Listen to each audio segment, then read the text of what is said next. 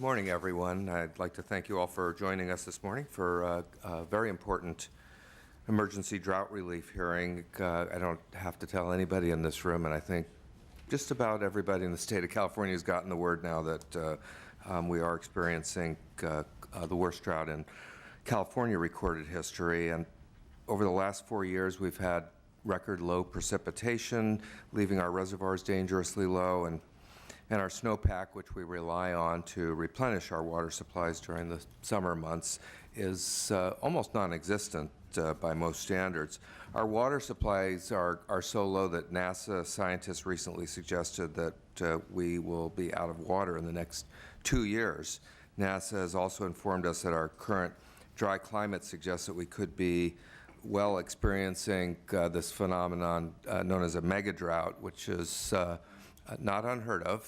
It's similar to something that Australia is experiencing right now, and we may need to get used to the idea that these conditions could be around for not just years, but decades.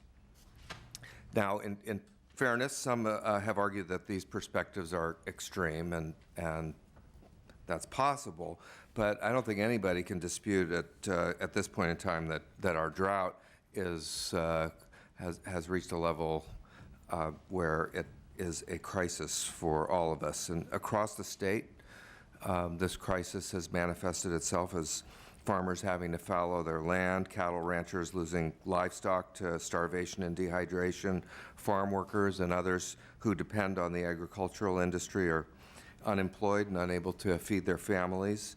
Some communities are running out of water, and other communities are being asked to change their way of life. And throughout the state, individuals and communities and industries are being asked to rethink how they and how we use water.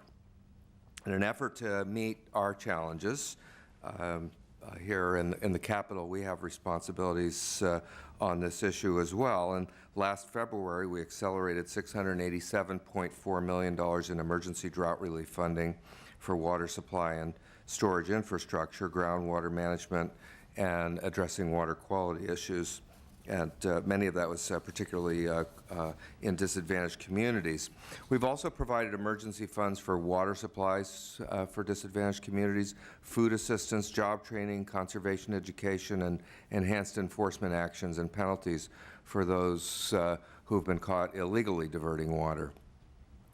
Following our drought relief work, last fall we passed the state's first ever comprehensive groundwater management legislation.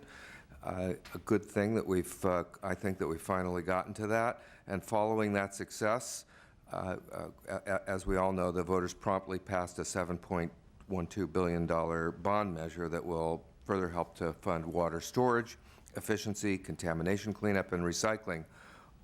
Almost all these projects are things that take time. And as Thomas Fuller, a famous English doctor and intellectual, wrote way back in 1732, "We never know the worth of water until the well is dry." And in California, the well is, in many places, almost dry, and we're quickly learning what that means for us. Certainly, whatever we do over the next few days, our work is not done. Addressing infrastructure needs is only part of the solution, and addressing needs that we're identifying now is only part of the solution. We need to rethink how we landscape, grow food, how water is used in our daily lives. That's a discussion for another day. It's a discussion that will be taking place here in the Capitol and around the state, but it's not a discussion that we can afford to put off. And here in the Capitol, and certainly at this committee, and looking at the budgets going forward, this is an ongoing discussion. It's not one that began today. It's not one that's going to end here today. And part of the message about doing some interim funding, as we are here today, is that we need to be thinking about this drought. We need to be opportunistic. We need to be fleet of foot in how we view the drought, because we shouldn't consider ourselves to be on a schedule here. This is an ongoing emergency, and we need to address it whenever and wherever we can on an ongoing basis. So you can anticipate that this committee, as we proceed with the budget that's due in June, will again be addressing this issue, and we will come back as needed in future budgets to do the kinds of things that we're doing today.